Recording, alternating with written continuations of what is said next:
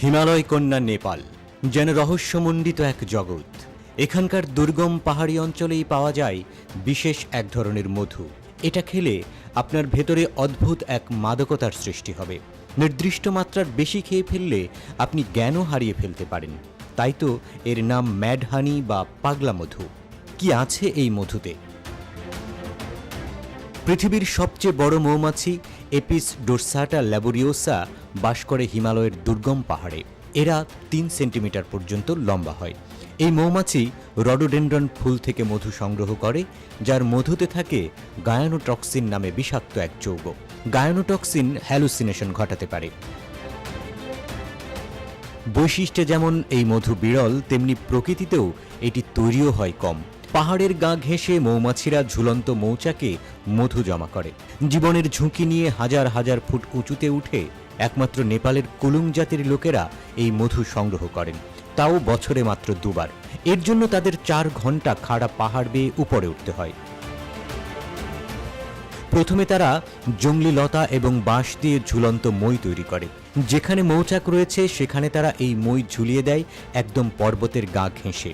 দলনেতার নির্দেশনায় দলের সদস্যরা মই বেয়ে ধীরে ধীরে নামতে থাকেন।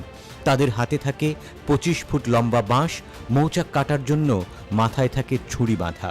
এছাড়া কারো পিঠে থাকে বাঁশের ঝুড়ি এবং হাতে থাকে কয়েক মুঠো জ্বলন্ত খড়। সবার গায়েই থাকে ভারী এবং মোটা পোশাক। মশারি আর বাঁশ দিয়ে হেলমেটের মতো বানিয়ে মাথা ও চোখ রক্ষা করে। একদিকে গরমে নাজেহাল অবস্থা, অন্যদিকে এক হাতে ঝুড়ি আর বাঁশ সামলানো। এরকম ঝুঁকিপূর্ণ অবস্থায় মৌচাকের কাছে পৌঁছান তারা। মৌচাকের যত কাছে তারা পৌঁছায়, মৌমাছিরাও তত আক্রমণাত্মক হয়ে ওঠে। খড়ের ধোঁয়ায় তারা দিশেহারা হয়ে যায়। তারপর শুরু হয় মৌমাছিদের বিষাক্ত হুলের আক্রমণ। এই অবস্থায় কোনো সাধারণ মানুষের পক্ষে এক হাতে বাঁশ আর দড়ির মই ধরে রাখা অসম্ভব হলেও এই দক্ষ লোকেরা অবলীলায় কাজটি করে যায়। বাঁশের সাথে লাগানো ছুরির খোঁচায় মধুভর্তি মৌচাক এসে পড়ে নিচে ধরে রাখা ঝুড়িতে।